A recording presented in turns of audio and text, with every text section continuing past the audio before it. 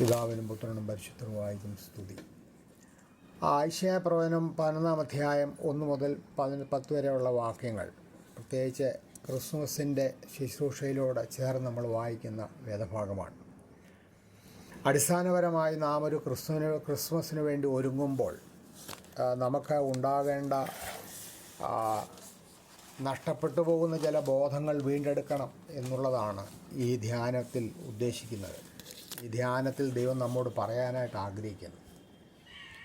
മശിഹായുടെ ആഗമനം, അതാണ് ഈ ഭാഗം വെളിപ്പെടുന്നത്. ഇത് കർത്താവായ യേശു ക്രിസ്തുവിനെ പറ്റിയുള്ള മശിഹായെ പറ്റിയുള്ള മശിഹായുടെ ആഗമനത്തെ പറ്റിയുള്ള പ്രവചന ഭാഗമാണ്. മശിഹായുടെ ആഗമനം അതാണ്. അവിടെ പറഞ്ഞതാണ് ഇശായുടെ കുറ്റിയിൽ നിന്ന്, അതാ പറഞ്ഞ ruler from the line of Jesse, the father of king of David, ദാവീദ് രാജാവിൻ്റെ വംശത്തിൽ നിന്ന് വരുന്നവൻ എന്നുള്ള അർത്ഥത്തിലാണ്. ഇശായുടെ കുറ്റിയിൽ നിന്ന് ഒരു മുള പൊട്ടി പുറപ്പെടും എന്നാണ്. കർത്താവായ യേശുക്രിസ്തു മശിഹയായിട്ട് രക്ഷകനായിട്ട് വരുമ്പോൾ അവിടെ ഉണ്ടാകുന്ന ഒരു വലിയ സാധ്യതയാണ് ആ മശിഹയുടെ വരവോടുകൂടി there will be a transformation, ഒരു വലിയ മാറ്റമുണ്ടാകും. That will be based on justice, harmony and റൈഷ്യസ്നെസ്.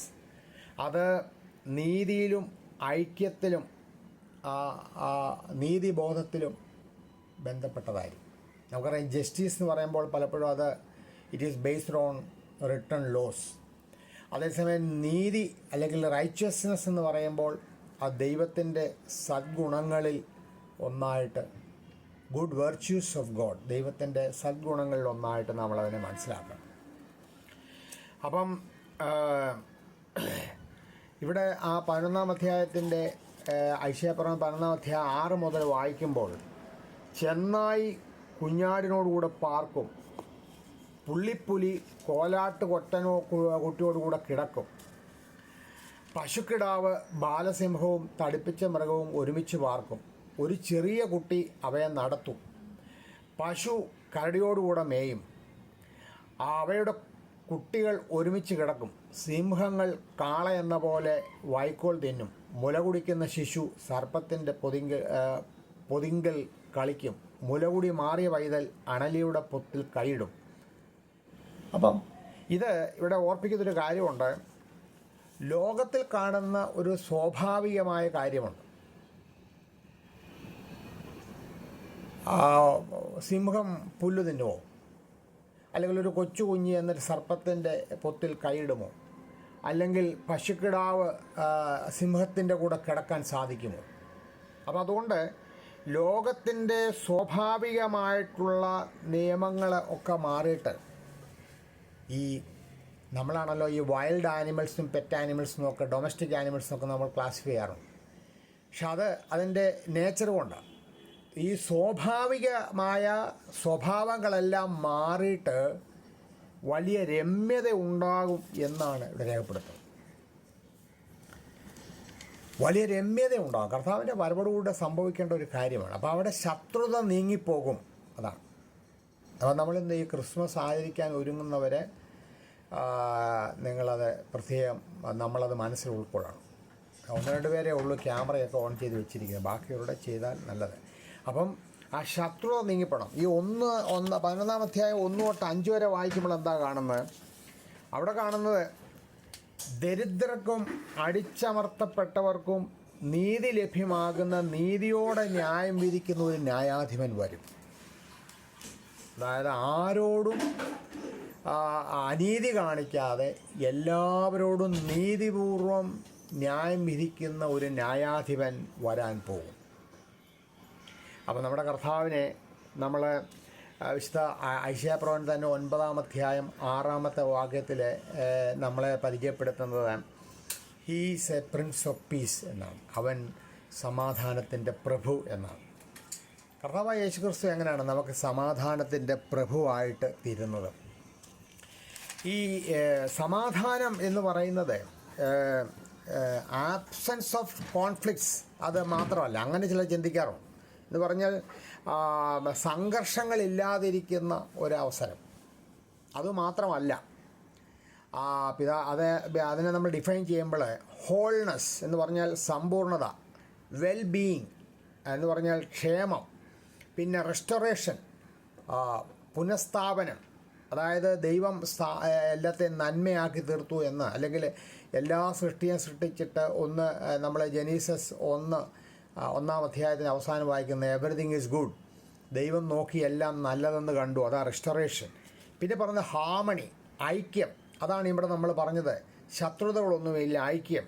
പിന്നെ കാണുന്നത് റിക്കൺസിലിയേഷൻ, അനുരഞ്ജനം. പിന്നെ കാണുന്നത് നീതി അല്ലെങ്കിൽ റൈച്ചിയസ്നെസ്, അതാണ്. അപ്പോൾ ഇതെല്ലാം കൂടെ കൂടിച്ചേർന്ന ഒന്നാണ് ഈ സമാധാനം. അപ്പോൾ നമ്മൾ ആലോചിച്ച് നോക്കിയേ, നമ്മുടെ വിശുദ്ധ ആരാധന, പ്രത്യേകിച്ച് വിശുദ്ധ കുർബാന നമ്മുടെ സാക്രമെൻറ്റ്സിൻ്റെ മകുടമാണ് എന്നാണ് പറയുന്നത്, the crown of all sacraments. അതിനകത്തിൽ എത്ര പ്രാവശ്യമാണ് ഈ കുർബാന അനുഗ്രഹവും സമാധാനവും ബലിയും സ്തോത്രമാകും? എത്ര പ്രാവശ്യമാണ് വിശുദ്ധതകളെ ആവാഹിച്ചുകൊണ്ട് പുരോഹിതൻ സമാധാനം നമുക്കുണ്ടാകട്ടെ എന്ന് പറയും.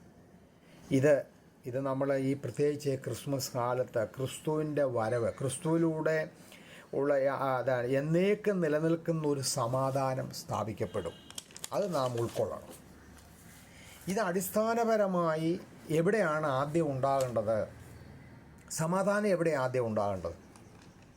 ഇപ്പം നമുക്കറിയാം, വലിയ തീ എവിടെയാണ് അടങ്ങിയിരിക്കുന്നത്? വലിയ തീ, ഒരു വലിയ കാട്ടുതീ ഉണ്ടാകുന്നു, അല്ലെങ്കിൽ ഒരു വലിയ തീ എവിടെയാണ് ഉണ്ടാകുന്നത്? അതിനൊരു റിസോഴ്സ് കാണും. ചിലർ തീപ്പെട്ടിക്കുള്ളിലെ ഒരു തീപ്പെട്ടിക്കോലായിരിക്കും അതിൻ്റെ ഉത്ഭവം, അല്ലേ? തീപ്പെട്ടിക്കുള്ളിലെ തീപ്പെട്ടിക്കോലായിരിക്കും ഉത്ഭവം എന്ന് പറഞ്ഞ പോലെ തന്നെ ഈ വലിയ പ്രതിസന്ധികളുടെയൊക്കെ ആരംഭം മനുഷ്യൻ്റെ ഹൃദയത്തിലാണ്. ഈ മനുഷ്യ ഹൃദയങ്ങളിലുള്ള അസ്വസ്ഥതകളാണ് ഇന്ന് ലോകത്തിൽ കാണുന്ന വലിയ പ്രതിസന്ധികളുടെ എല്ലാം കാര്യം. ഇപ്പം നിങ്ങൾ അതേണ്ട സിറിയയിലോട്ട് നോക്കിക്കഴിഞ്ഞാൽ ഇതിലെ മാളത്തിൽ നിന്ന് എലിക്കുഞ്ഞുങ്ങൾ ഓടിപ്പോകുന്ന പോലാണ് വർഷങ്ങളായിട്ട് പ്രിസണിൽ പിടിച്ചിട്ടിരുന്ന മനുഷ്യർ ഇറങ്ങി ഓടുന്നത്. അവർ മാസങ്ങളും വർഷങ്ങളുമായി സൂര്യവെളിച്ചം കണ്ടിട്ട്, മനസ്സിലായോ? അപ്പോൾ അവരെല്ലാം ഇങ്ങനെ അഴിച്ചു വിടുമ്പോൾ ഈ അതിനകത്തിൽ ക്രിമിനൽസ് ഒക്കെ കാണും. പക്ഷേ ഞാൻ പറഞ്ഞത്, ഇത് ലോകത്ത് നടക്കുന്ന സംഭവങ്ങൾ, അതൊക്കെ നമ്മൾ കണ്ടു പഠിക്കണം. നമ്മളിത്ര ഈ ലോകത്ത്, ഈ രാജ്യത്ത് താമസിക്കുമ്പോൾ എത്ര ശാന്തതയോടെ താമസിക്കും. അത് ദൈവം നമുക്ക് തന്നിരിക്കുന്ന വലിയൊരു സൗഭാഗ്യമാണ്. അപ്പോൾ അതുകൊണ്ട് ഈ യഥാർത്ഥമായ സമാധാനം എവിടെയാണ്, അത് നമുക്ക് ക്രിസ്മസ് കാലത്ത് സ്വീകരിക്കാനായിട്ട് സാധിക്കും. അതിന് യോഗ്യമായിട്ടുള്ള കുറച്ച് വാക്യങ്ങളൊക്കെ ഞാൻ പറയാം. ഒന്നാമത്, ഐശയ്യാ പ്രവചനം തന്നെ 53-ാം അധ്യായം, ഐശയ്യാ പ്രവചനം 53-ാം അധ്യായത്തിൻ്റെ 5-ാമത്തെ വാക്യം. എന്നാൽ അവൻ നമ്മുടെ അതിക്രമങ്ങൾ നിമിത്തം മുറിവേറ്റും നമ്മുടെ അകൃത്യങ്ങൾ നിമിത്തം തകർന്നു വിരിക്കുന്നു, നമ്മുടെ സമാധാനത്തിനായുള്ള ശിക്ഷ അവൻ്റെ മേലായി, അവൻ്റെ അടിപ്പിണരുകളാൽ നമുക്ക് സൗഖ്യമാകും. ആ വാക്യം നമ്മൾ അടിവരയിട്ടോണേ. 53-ാം അധ്യായം, ഐശയ്യാ പ്രവചനം 53:5. അവൻ്റെ അടിപ്പിണരുകളാൽ നമുക്ക് സൗഖ്യം വന്നിരിക്കുന്നു. അതിന് തൊട്ട് മുമ്പ് വായിക്കുകയാണ്, സമാധാനത്തിൽ നമുക്ക് മനുഷ്യജാതിക്ക്, എനിക്കും നിങ്ങൾക്കും സമാധാനത്തിനായുള്ള ശിക്ഷ അവൻ്റെ മേൽ സമാധാനത്തിനായുള്ള ശിക്ഷ അവൻ്റെ മേൽ ആയി. എന്നിട്ട് പറയാണ്ട്, അവൻ്റെ അടിപ്പിണരുകളാൽ നമുക്ക് സൗഖ്യം. സഹോദരങ്ങളെ, ഈ വിശുദ്ധ കുർബാനയൊക്കെ അനുഭവിക്കുന്നത് അവൻ്റെ അടിപ്പിണരിൽ നിന്നൊഴുകിയ രക്തവും വെള്ളവും അതല്ലേ. നമ്മൾ ഈ കാസ കർത്താവായ യേശു ക്രിസ്തുവിൻ്റെ വിലയേറിയ രക്തമായി തീരട്ടെ. രക്തം പോലെ എന്നൊന്നുമല്ല പറയാൻ, ആണോ? അല്ല, രക്തമായി തീരട്ടെ എന്നാണ്. വളരെ വളരെ അസന്നിഗ്ധമായ സ്റ്റേറ്റ്മെൻറ്റാണ്. അപ്പോൾ ഇവിടെ പറഞ്ഞ എന്താണ്? നമ്മുടെ സൗഖ്യത്തിനായുള്ള ശിക്ഷ നമ്മുടെ കർത്താവ് ശരീരത്തിലേറ്റിരിക്കുന്നു. ആന്തരിക സൗഖ്യം, അതാണ് നമ്മൾ ഓർത്തോണം. അവൻ്റെ അടിപ്പിണരാൽ നമുക്ക് സൗഖ്യം വന്നിരിക്കുന്നു. അത് അടിപ്പിണരുകളാൽ സൗഖ്യം വന്നിരിക്കുന്നു. കർത്താവിൻ്റെ വിലയേറിയ ക്രൂശിലെ ത്യാഗം, that the death to the peace and reconciliation we received with God the Father. ദൈവത്തിൽ നിന്ന് അതുകൊണ്ടാണ് നമ്മളെ യോഹന്നാന്റെ സുവിശേഷം 3-ാം അധ്യായത്തിൽ ലോകത്തെ അതിയായി സ്നേഹിക്കൊണ്ട് തൻ്റെ ഏകജാതനായ മകനെ അയച്ചു. ആരും നഷ്ടപ്പെട്ടു പോകരുത്. അതുകൊണ്ട് സഹോദരങ്ങളെ, ഈ നോമ്പ് കാലം നമ്മൾ ശരിക്കും ഈ ലോകത്തിലുള്ള പല കാര്യങ്ങളും കണ്ടും കേട്ടും ഇങ്ങനെ അങ്ങ് വ്യാകുലപ്പെട്ടു പോകും. ക്രിസ്തുവിൽ നമ്മുടെ സാധ്യതകൾ ശാന്തമായിരുന്ന് ചിന്തിക്കണം. ഞാനും നിങ്ങളൊന്നും നീതിമാന്മാരൊന്നുമല്ല, നമുക്കൊക്കെ പാപത്തിൻ്റേതായ ലാഞ്ചനകൾ നമ്മുടെ മനസ്സിലുണ്ട്. പക്ഷെ അവിടെ ഇതിൽ നിന്നെല്ലാം നമ്മളെ വിടുവിക്കുന്ന ഒരു വലിയ ദൈവം നമ്മുടെ കൂടെ ഉണ്ട്. അതാണ് ഇമ്മാനുവേൽ. അതാണ് പറയുന്നത്, അവന് യേശു എന്ന് പേരിടണം, അവന് രക്ഷകൻ എന്ന് പേരിടണം. അത് അമ്മയോട് പറഞ്ഞ കാര്യമാണ്. എന്താണ് അതിൻ്റെ കാരണം? രണ്ടാമത് നമ്മൾ വിശുദ്ധ ലൂക്കോസ് സുവിശേഷം 2-ാം അധ്യായം അതിൻ്റെ 14-ാമത്തെ വാക്യത്തിൽ നമ്മൾ ഇപ്രകാരം വായിക്കും. എന്താ പറഞ്ഞത്? വിശുദ്ധ ലൂക്കോസ് സുവിശേഷം 2-ാം അധ്യായം അത്യുന്നതങ്ങളിൽ ദൈവത്തിന് മഹത്വം, ഭൂമിയിൽ ദൈവപ്രസാദമുള്ളവർക്ക് മനസ്സിൽ സമാധാനം എന്ന് പറഞ്ഞു. അത് മാലാഖം എന്ന് പറയുന്ന ഭാഗമായിട്ടാണ്. ഏഞ്ചൽസ് അനൗൺസ്ഡ്, കർത്താവിൻ്റെ ജനനത്തിൽ Jesus birth bring the peace to the world. അത് അത്യുന്നതങ്ങൾ ദൈവത്തിന് മഹത്വം, ഭൂമിയിൽ ദൈവപ്രസാദമുള്ളവർക്കാണ്. ദൈവപ്രസാദം. ആരാണ് ദൈവത്തെ പ്രസാദിപ്പിക്കുന്നത്? ആരാണ് ദൈവത്തിൽ നിന്ന് ദൈവപ്രസാദം സ്വീകരിക്കുന്നത്? ആരുടെ മേലാണ് പ്രസാദവർഷം ഉണ്ടാകുന്നത്? അത് വിനയപ്പെടുന്നവരുടെ മേലേ ഉള്ളൂ. അത് ദൈവമുമ്പാകെ വിനയപ്പെടുന്നവരുടെ മേൽ മാത്രമേ ദൈവത്തിൻ്റെ പ്രസാദവർഷം ഉണ്ടാകത്തുള്ളൂ. അതിന് നമ്മുടെ ഡിഗ്രിയും ക്വാളിറ്റിയും തിയോളജിയും ഒന്നുമല്ല. ദൈവത്തിന് മുമ്പാകെ വിനയപ്പെടുന്നവരുടെ മേൽ ദൈവപ്രസാദം ഉണ്ടാകും, അവർക്ക് സമാധാനം ഉണ്ടാകും. അതാണ് എല്ലാത്തിലും ആശ്രയിക്കുന്നതിനേക്കാൾ ദൈവത്തിൽ ആശ്രയിക്കുന്ന ഒരു ആശ്രയബോധം. ഇനി അടുത്ത വിശുദ്ധ യോഹന്നാൻ്റെ സുവിശേഷം 14-ാം അധ്യായം, അതിൻ്റെ യോഹന്നാൻ്റെ സുവിശേഷം 14-ാം അധ്യായത്തിൻ്റെ 27-ാമത്തെ വാക്യം. സമാധാനം ഞാൻ നിങ്ങൾക്ക് തന്നേച്ചു പോകുന്നു, എൻ്റെ സമാധാനം ഞാൻ നിങ്ങൾക്ക് തരുന്നു. എൻ്റെ സമാധാനം, എൻ്റെ മൈ പീസ്. കർത്താവ് പറയാം, I am the prince of peace. എൻ്റെ സമാധാനം ഞാൻ നിങ്ങൾക്ക് തരുന്നു. ലോകം തരുന്നത് പോലെ അല്ല ഞാൻ നിങ്ങൾക്ക് തരുന്നത്. അപ്പോൾ നമുക്ക് ഈ ലോകം തരുന്ന സമാധാനവും കർത്താവായ മശിഹായിലൂടെ വെളിപ്പെട്ടതും ക്രിസ്തു വാഗ്ദാനം ചെയ്തതുമായ സമാധാനവും നമുക്കൊന്ന് വേർതിരിച്ച് അറിയേണ്ടതുണ്ട്. അതായത് കർത്താവ് തരുന്ന സമാധാനം ഹൃദയങ്ങളെയും മനസ്സിനെയും ശാന്തമാക്കുന്നതാണ്. ലൗകികമായ ധാരണകളെയൊക്കെ മാറ്റിക്കളയുന്നതാണ്. നമ്മൾ വിശുദ്ധ കുർബാന അനുഭവിച്ച് കഴിയുമ്പം എത്ര മനസ്സിൻ്റെ ഉള്ളിൽ ശാന്തത അനുഭവിക്കുന്നതാണ്. നമ്മുടെ ഹൃദയത്തിനും മനസ്സിനും ഒരു ശാന്തത, ഒരു ശാന്തമായ ജലത്തിൻ്റെ അരികിലേക്ക് അവൻ എന്നെ നയിക്കുന്നു. ശാന്തമായ ജലത്തിൻ്റെ അരി, അവിടെ ചെല്ലുമ്പോഴേ അത് കുടിക്കാൻ പറ്റും. കാരണം കലങ്ങിയ വെള്ളത്തിന് അവിടെ ചെന്നാൽ മുഖം കാണാനും പറ്റത്തില്ല, കുടിക്കാനും പറ്റത്തില്ല. ശാന്തമായ അതാണ് ആടുകളെ ശാന്തമായ ജലത്തിൻ്റെ അരികിലേക്ക് നയിക്കുന്നു. ഈ ശാന്തത ഫീൽ ചെയ്യാതെ നമുക്ക് ദൈവത്തിൻ്റെ സാന്നിധ്യം അറിയാൻ പറ്റത്തില്ല. അതാണ് നമുക്ക് വേണ്ടത്. ആത്മീയമായ പ്രസാദവർഷം, ആത്മീയമായ കർത്താവിൻ്റെ സാന്നിധ്യം നമ്മുടെ കൂടെ ഇരിക്കുക എന്ന് പറഞ്ഞത് ഹൃദയത്തിൻ്റെ നമുക്ക് തോന്നി എന്തിനായി ദീർഘമായി പ്രാർത്ഥിക്കുന്നു. നമ്മളൊന്നുമില്ലെങ്കിൽ ഈ 6 ദിവസവും ഉള്ള വേണ്ടതും വേണ്ടാത്തതോ കണ്ടും ഇടപെട്ടും ഒക്കെ ചെയ്തിട്ട് നമ്മൾ രാവിലെ രാത്രി നമസ്കാരം, പിന്നെ പ്രഭാത നമസ്കാരം, പിന്നെ വേദവായനകൾ, പ്രമിയോൺസ്, അത് കഴിഞ്ഞ് ഇടയ്ക്ക് പ്രസംഗം, ഇതെല്ലാം കഴിഞ്ഞ് ഒരു 5-6 പ്രാവശ്യം നിങ്ങൾക്ക് സമാധാനം ഉണ്ടാകട്ടെ, ഇതെല്ലാം പറഞ്ഞിട്ടാണ് കുർബാന തരുന്നത്. അപ്പോൾ ഈ സമയം കൊണ്ട് നമ്മുടെ ഒരു മനുഷ്യന് ഇത്രയും സമയം നിൽക്കുമ്പം എത്ര സമയം കോൺസെൻട്രേറ്റ് ചെയ്യാൻ പറ്റും? അത് നമ്മൾ ഗ്രാജുവലി കുറച്ചൊക്കെ മനസ്സിങ്ങനെ പതറിപ്പോയാലും പിന്നെയും തിരിച്ചു വന്നു, പിന്നെയും അത് കോൺസെൻട്രേറ്റ് ചെയ്തു, പിന്നെയും കോൺസെൻട്രേറ്റ് ചെയ്ത് ഈ മനസ്സിനെ അങ്ങനെ ശാന്തമാക്കിയിട്ട് ഈ രക്ഷയുടെ വാനപാത്രം എടുത്ത് ഞാൻ ഉയർത്തും. അവൻ എനിക്ക് തന്ന നന്മകളെ ഓർത്ത് ഞാൻ നിന്നെ മഹത്വപ്പെടുത്തും. അതിൽ നിന്ന് ഞാൻ പാനം ചെയ്യും. ശാന്തമായ നിലത്തിലേക്ക് അവൻ എന്നെ നടത്തണം. അപ്പോൾ ഇത് നമ്മൾ ഓർക്കേണ്ട ഒരു കാര്യം. Jesus offers piece that transcends worldly understandings, calming heart and mind.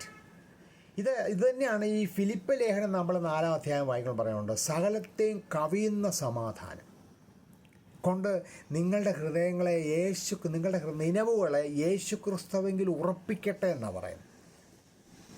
നമുക്ക് പ്രത്യേകിച്ച് അത് മരണ വീട്ടിലൊക്കെ ആ ഭാഗം ഒന്ന് വായിക്കുന്നതല്ലാണ്. സകലത്തെ നമുക്കറിയാം, ഒരു മരണമൊക്കെ നടക്കുമ്പോൾ പലവിധമായ പ്രതിസന്ധികൾ അവരുടെ ഹൃദയം ഇങ്ങനെ വ്യാകുലപ്പെട്ടു പോകും. അവിടെ ആ വ്യാകുലത പറയണം നിങ്ങൾ. അപ്പോൾ അത് ആ വ്യാകുലതയുടെ ദുഃഖത്തിൻ്റെ പ്രതിസന്ധികളുടെ ഒക്കെ അടിസ്ഥാനം എന്ന് പറഞ്ഞാൽ നമ്മൾ ലോകപ്രകാരം മുൻപോട്ടുള്ള ജീവിതത്തെ നമ്മൾ കാണുമ്പോഴാണ് ഇത് വലിയ വ്യാകുലമായിട്ട് വലിയ ദുഃഖമായിട്ട് നമുക്ക് പോലും ഈ കൂടെ നിൽക്കുന്നവർക്ക് പോലും തകർന്നു പോകുന്ന തരത്തിലുള്ള വേദനകളുടെ എക്സ്പ്രഷൻസൊക്കെ നമ്മളിൽ വരുന്ന അങ്ങനെയാണ്. അവിടെയാണ് പറയുന്നത് ഇവരുടെ മനസ്സിനെ ദൈവം രൂപാന്തരപ്പെടുത്തണം, ഇവരുടെ മനസ്സിൽ ശാന്തത കൊടുക്കണം. ഈ ശാന്തത ദൈവത്തിൽ നിന്ന് വരുന്നതായിരിക്കണം. അതാണ് ഈ ലോകത്തിൽ നിന്ന് സകലത്തെയും കവിയുന്നതായിരിക്കണം. ഈ ലോകം തരുന്ന ഒന്നുമല്ല.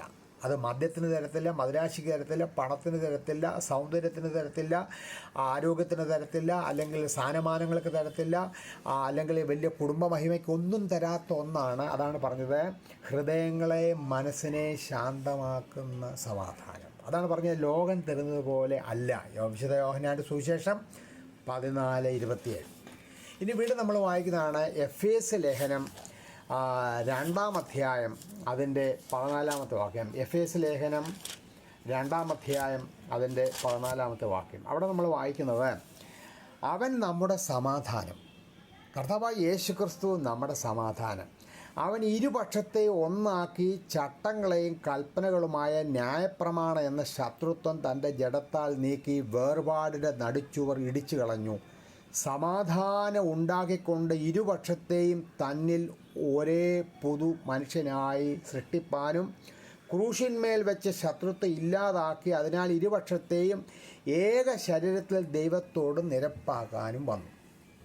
നിരപ്പാക്കാനും തന്നെ. ശത്രുത്വം ബേസിക്കലി ഇത് യഹൂദന്മാരും ജൂസ് ആൻഡ് ജെൻറ്റൈൽസ് തമ്മിലുള്ള ശത്രുത്വത്തെ പറ്റിയാണ് പറയുന്നതെങ്കിലും കാലികമായി നമുക്കിത് പ്രസക്തമാണ്. അവിടെ പറയുന്നത് വളരെ വ്യക്തമാണ്, അവൻ നമ്മുടെ സമാധാനം. ഇരുപക്ഷം, നമുക്ക് പക്ഷപാതങ്ങളൊക്കെ കാണും, പക്ഷങ്ങൾ പലത് കാണും, ഗ്രൂപ്പുകൾ പലത് കാണും.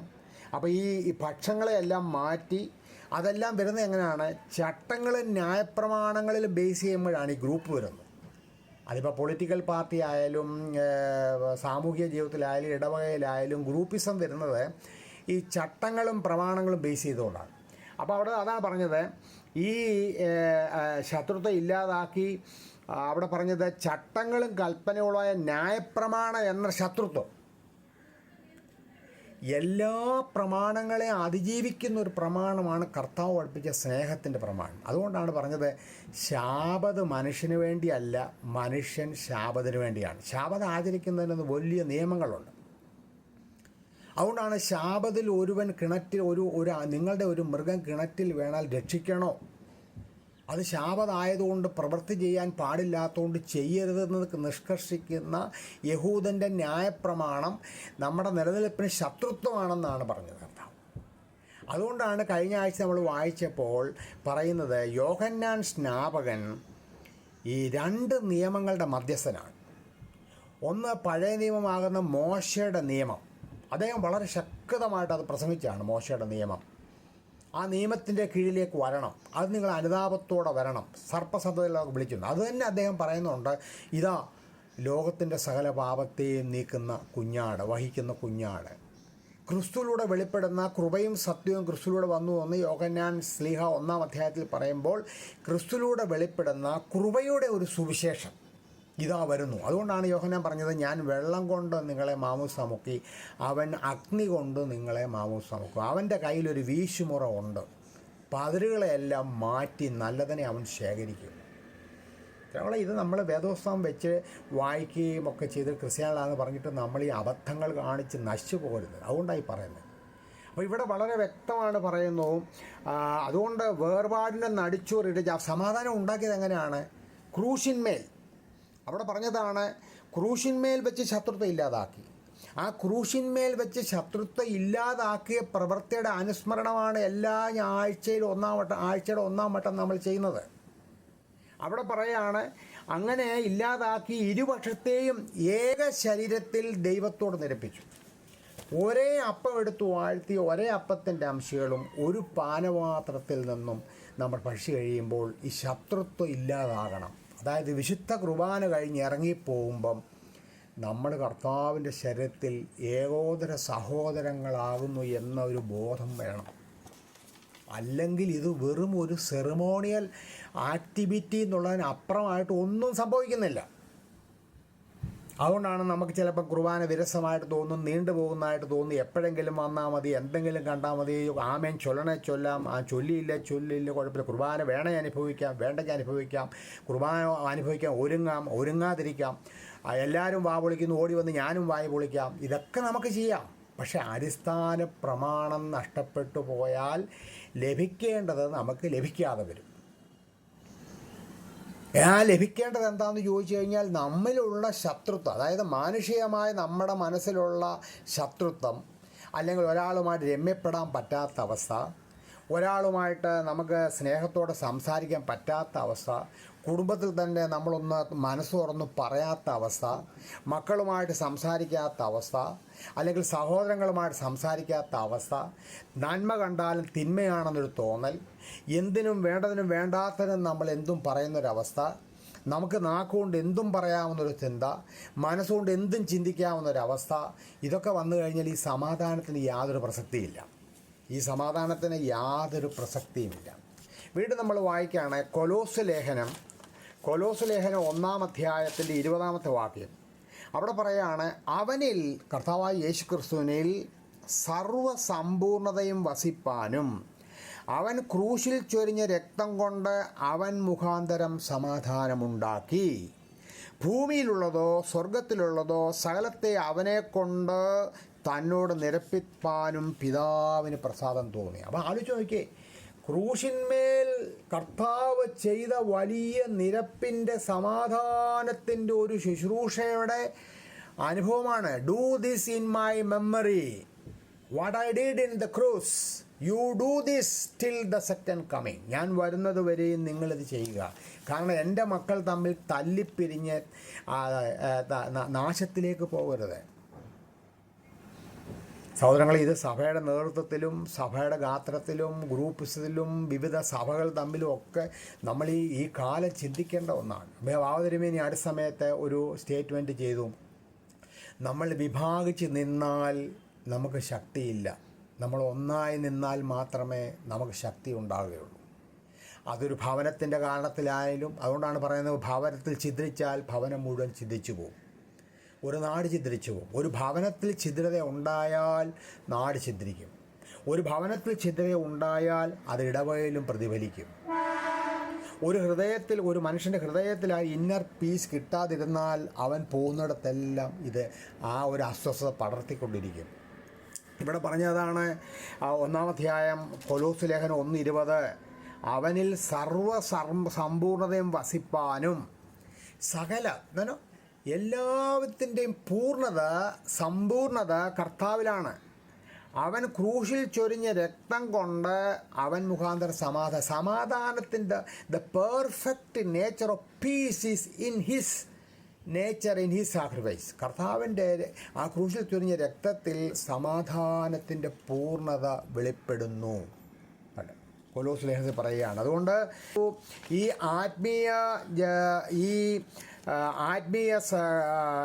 ആത്മീയ സമാധാനം ക്രിസ്തീയ വിശ്വാസത്തിൻ്റെ അടിസ്ഥാനമാണ്. നമ്മൾ പുറത്ത് ഓർത്തോണം, ഈ ആത്മീയ സമാധാനം ഈ ക്രിസ്തീയ വിശ്വാസത്തിൻ്റെ അടിസ്ഥാന പ്രമാണമാണ്. നമ്മൾ ക്രിസ്ത്യാനികളാണെന്ന് പറയുകയും നമ്മൾ തന്നെ അസ്വസ്ഥരായി എപ്പോഴും കാണപ്പെടുകയും നമ്മൾ തന്നെ അസ്വസ്ഥരായിട്ട് കാണപ്പെടുന്നു. എല്ലാ കാര്യത്തിലും ഒരു അസ്വസ്ഥത, നമുക്ക് തന്നെ ഒരു വല്ലാത്ത ഒരു ഇറിറ്റേഷൻ, അത് അത് നമ്മൾ പോകുന്നിടത്ത് ഈ അസ്വസ്ഥത നിലനിൽക്കുന്ന സമൂഹത്തിൽ വിശ്വാസം ഇല്ലെന്നുള്ളതാണ്. അതാണ് പറഞ്ഞത് Jesus sacrificial death in the means through which peace with God and creation is restored. ആ രക്ഷാകരമായ ദൗത്യത്തിലൂടെയാണ് നമ്മുടെ ജീവിതത്തിൽ, വ്യക്തിപരമായ ജീവിതത്തിലും സമൂഹത്തിലും, സകല ജീവജാലങ്ങൾക്കിടയിലും ഈ സമാധാനം കർത്താവ് റീഎസ്റ്റാബ്ലിഷ് ചെയ്യുന്നത്. അതുകൊണ്ടാണ് കർത്താവ് കുരിശിൽ കിടന്ന വിശുദ്ധ യോഹന്നാൻ സുവിശേഷം 19-ാം അധ്യായത്തിൽ പറയുന്നത്, ഇറ്റ് ഈസ് ഫിനിഷ്ഡ്, എല്ലാം നിവൃത്തിയായിരിക്കുന്നു. The peace is restored, the love is restored, the real nature is restored. സഹോദരങ്ങളെ, അത് നമ്മൾ മനസ്സിൽ ഉൾക്കൊള്ളണം. അതുകൊണ്ട് ദൈവസന്നിധിയിൽ നമ്മെ തന്നെ വിനയപ്പെടാനുള്ള ഒരവസരമാണ്.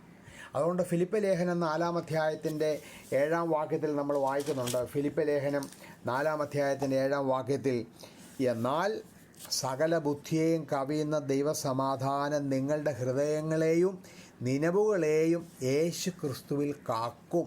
അതാണ് അവിടെ പറഞ്ഞത്. എന്താണെന്ന് അറിയാമോ? അതിന് 4 മുതൽ വായിച്ചാൽ, കർത്താവിൽ സന്തോഷിപ്പീൻ, എപ്പോഴും സന്തോഷിപ്പീൻ എന്ന് ഞാൻ നിങ്ങളോട് പറയുന്നു. Rejoice in the Lord always. ഞാൻ നിങ്ങളുടെ സൗമ്യത സകല മനുഷ്യരും അറിയണം. നമ്മുടെ സൗമ്യത വെളിപ്പെടണമെങ്കിൽ ഉള്ളിൽ ഈ പീസ് ഉണ്ടെങ്കിലേ പറ്റത്തുള്ളൂ, സമാധാനം ഉണ്ടെങ്കിൽ. അപ്പം പിന്നെ പറയാണ്, കർത്താവ് വരുവാടുത്തിരി ഒന്നിനെക്കുറിച്ചും വിചാരപ്പെടരുത്. ജസ്റ്റ് ലീവ് ദ ആങ്സൈറ്റി ഇല്ലാതിരിക്കുക. പിന്നെ പറഞ്ഞത് എന്താണ്? എല്ലാത്തിലും പ്രാർത്ഥനയാലും അപേക്ഷയാലും നിങ്ങളുടെ ആവശ്യങ്ങൾ സ്തോത്രത്തോടെ ദൈവത്തോട് അറിയിക്കണം. നമുക്ക് പ്രതിസന്ധി ഉണ്ടാകാം. നമുക്ക് പള്ളിയിൽ ഒരു പ്രതിസന്ധി വന്നിട്ടുണ്ട്, അല്ലെങ്കിൽ നമ്മുടെ സമൂഹത്തിലുണ്ട്, ഇടവകയിലുണ്ട്. ആ പ്രതിസന്ധിയിൽ നമ്മൾ മുങ്ങിപ്പോകുക എന്നുള്ളതല്ല. ആ പ്രതിസന്ധിയിൽ പ്രാർത്ഥനയുടെ ശക്തി വർദ്ധിപ്പിക്കണം. പ്രാർത്ഥനയോടും അപേക്ഷയോടും നിങ്ങളുടെ ആവശ്യങ്ങൾ അറിയിക്കണം.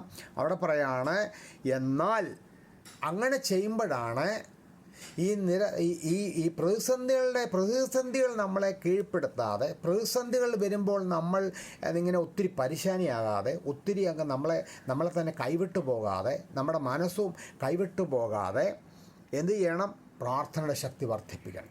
നിങ്ങളുടെ പ്രാർത്ഥന. അതേസമയം നമുക്ക് പല നീഡ്സ് ഉണ്ട്. ഇപ്പോൾ ഒരു പ്രതിസന്ധി ഉണ്ട്. ആ പ്രതിസന്ധി നമ്മൾ ലൊക്കേറ്റ് ചെയ്യണം. ദൈവം ഇങ്ങനൊരു വലിയ പ്രതിസന്ധി ഉണ്ടായിരിക്കുന്നു ഞങ്ങളുടെ ഇടയിൽ, അത് മാറിപ്പോകണം.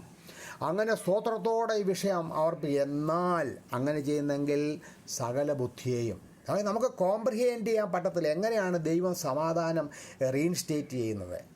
സകല ബുദ്ധിയെയും കവിയുന്ന ദൈവസമാധാനം, വെറും സമാധാനമാണ്. സകല ബുദ്ധിയെയും കവിയുന്ന, നമ്മൾ ചിന്തിക്കാത്ത, നമ്മുടെ മനസ്സുകൊണ്ട് രൂപീകരിക്കാത്ത, മനസ്സുകൊണ്ട് നമ്മൾ കരുതാത്ത, അല്ലെങ്കിൽ നമ്മുടെ ചിന്തകൾ കൊണ്ട് നമ്മളെ വ്യാകുലതയിലേക്ക് നയിക്കുന്ന സകല ബോധങ്ങളെയും കവിയുന്ന ദൈവസമാധാനം നിങ്ങളുടെ ഹൃദയങ്ങളെയും നിനവുകളെയും, നമ്മുടെ ഹൃദയം അതിൽ നിന്ന് വരുന്നതാണ് തോട്ട്സ്. ഹൃദയം നിറയുന്നത് വായ് പ്രസ്താവി, ഹൃദയത്തിൽ ആലോചന, നിനവുകൾ, തോട്ട്സ്, ഇത് നിനവുകളെയും യേശു ക്രിസ്തുവിങ്കൽ കാക്കും. സോ നങ്കൂരം അവിടെയാണ്. യേശു ക്രിസ്തുവിൽ നമ്മളെ കാക്കും.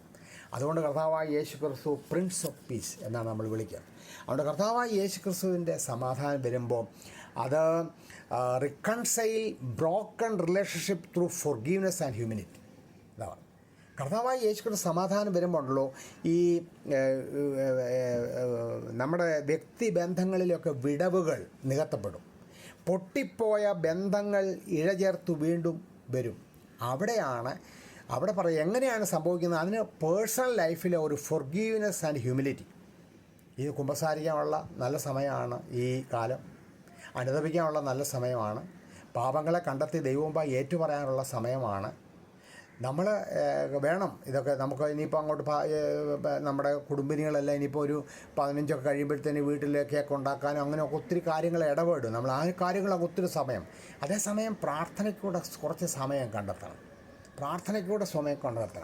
പിന്നെ പറയുകയാണ് എന്താണെന്നറിയാവോ, വിശുദ്ധ മത്തായിയുടെ സുവിശേഷം 25-ാം അധ്യായത്തിൽ, വിശുദ്ധ മത്തായിയുടെ സുവിശേഷം 25-ാം അധ്യായം 34 മുതൽ നമ്മൾ വായിക്കുമ്പോൾ അവിടെ പറയുന്നൊരു കാര്യമാണ്. 25-ാം അധ്യായം 34 വരെ വായിക്കുമ്പോൾ ദൈവത്തിനും മനുഷ്യർക്കും പ്രീതികരമായ തീരുമാനങ്ങൾ എടുക്കുവാനായിട്ട് സാധിക്കുന്നത് മനസ്സിൻ്റെ ഉള്ളിൽ നല്ല ഈ സമാധാന ബോധമുള്ളവർക്കേ സാധിക്കുകയുള്ളൂ. നമ്മൾ 34 മുതൽ വായിച്ചാൽ അറിയാം. രാജാവ് തൻ്റെ വലത്തുള്ളവരോട് അരുളി ചെയ്യും, എൻ്റെ പിതാവിനാൽ അനുഗ്രഹിക്കപ്പെട്ടവർ വരുവീൻ, ലോകസ്ഥാപനം മുതൽ നിങ്ങൾക്കായി ഒരുക്കി വച്ചിരിക്കുന്ന രാജ്യം അവകാശിച്ചുകൊള്ളുവീൻ. എനിക്ക് വിശന്നു നിങ്ങൾ ഭക്ഷിപ്പാൻ തന്നു, ദാഹിച്ചു. അത് കഥ അവസാനം പറയുന്നതാണ്. രാജാവ് അവരോട് 40-ാമത്തെ വാക്യം, രാജാവ് അവരോട് എൻ്റെ ഈ ഏറ്റവും ചെറിയ ഒരു സഹോദരൻ ഒരുത്തിന് നിങ്ങൾ ചെയ്യുന്നിടത്തോളം എല്ലാം എനിക്ക് ചെയ്യുന്ന സത്യമായിട്ട് ഞാൻ നിങ്ങളോട് പറയാം. അപ്പം അവസാനം പറഞ്ഞു വരുന്നത്, ഈ അനുകമ്പാപൂർണമായ ഇടപെടലുകൾ പോലും നമ്മുടെ ജീവിതത്തിൽ ഒരു മോറൽ ഗൈഡൻസ് നമുക്ക് ലഭിക്കണമെങ്കിൽ ഒരു inner piece is very important. അവിടെ ഞാൻ കഴിഞ്ഞ ആഴ്ച ഓർപ്പിച്ചു, നമുക്ക് നോമ്പ് കാലത്ത് പ്രാർത്ഥന, ധാർമ്മികമായ ഉത്തരവാദിത്തങ്ങൾ, ദാനധർമ്മങ്ങൾ, ഇതൊക്കെ വളരെ പ്രസക്തപ്പെട്ട കാര്യമാണ്. അപ്പോൾ ഇത് മനസ്സിൻ്റെ ഉള്ളിൽ ഈ സമാധാനം, അനുകമ്പാപൂർണമായ ദൈവത്തിനും മനുഷ്യർക്കും പ്രീതികരമായ ഒരു തീരുമാനമെടുക്കാൻ കഴിയുന്ന ആരാണെന്ന് ചോദിച്ചാൽ മനസ്സിൽ സമാധാനമുള്ളവരാണ്. നമുക്ക് ദൈവം നമ്മളെ ഈ വാക്കുകൾ അനുഗ്രഹിക്കട്ടെ. ഈ വേദഭാഗം മറക്കരുത്. ഐശയ്യാ പ്രവചനം 11-ാം അധ്യായം 1 മുതൽ 10 വരെയുള്ള വാക്യങ്ങൾ. കർത്താവ് തൻ്റെ ആത്മാവിനാൽ യഥാർത്ഥമായ സമാധാനം ലോകത്തിൽ നമ്മുടെ ദുഃഖങ്ങൾ, പ്രയാസങ്ങൾ, ചെറുതും വലുതുമായ രോഗങ്ങൾ, അടിസ്ഥാനപരമായി നമ്മളെ ഉലച്ചു കളയുന്ന അനേക പ്രതിസന്ധികൾ, അവയെല്ലാം അതിജീവിക്കുവാൻ നമ്മുടെ നിലവുകൾ, നമ്മുടെ ഹൃദയങ്ങൾ കർത്താവായ യേശു ക്രിസ്തുവാകുന്ന നങ്കൂരത്തിൽ ഉറപ്പിക്കുക. സകലത്തെയും കവിയുന്ന സമാധാനം ലോകം നമ്മളെ ഭീതിപ്പെടുത്തുന്ന, ഭയപ്പെടുത്തുന്ന, നമ്മളെ നശിപ്പിക്കുന്ന, അതിൽ നിന്നെല്ലാം നമ്മളെ വിടുവിച്ച് ഒരു വലിയ സമാധാനത്തിൻ്റെ, ശാന്തതയുടെ, സൗമ്യതയുടെ, സമ്യക്കായ, നമ്മളെ പൂർണ്ണതയിലേക്ക് നയിക്കുന്ന ഒരു സമാധാനത്തിൻ്റെ രാജാവ് നമ്മുടെ ഇടയിൽ, നമ്മുടെ ഹൃദയത്തിൽ ഇറങ്ങി വസിക്കട്ടെ. ഈ ക്രിസ്മസ് കാലം അപ്രകാരം ഒരുങ്ങുവാൻ തമ്പുരാൻ നമ്മളെ എല്ലാവരെയും സഹായിക്കട്ടെ. ഈ വാക്കുകളാൽ പരിശുദ്ധാത്മാവ് നമ്മെ എല്ലാവരെയും വഴി നടത്തട്ടെ. സകലതും സ്ഥലത്താലും കർത്താവെ നിനക്കും നിൻ്റെ പിതാവിനും പരിശുദ്ധ റൂഹായിക്കും ഇപ്പോഴെപ്പോഴും മഹത്വത്തിന് ഇടയായി തീരുമാറാകണമേ. ആമേൻ.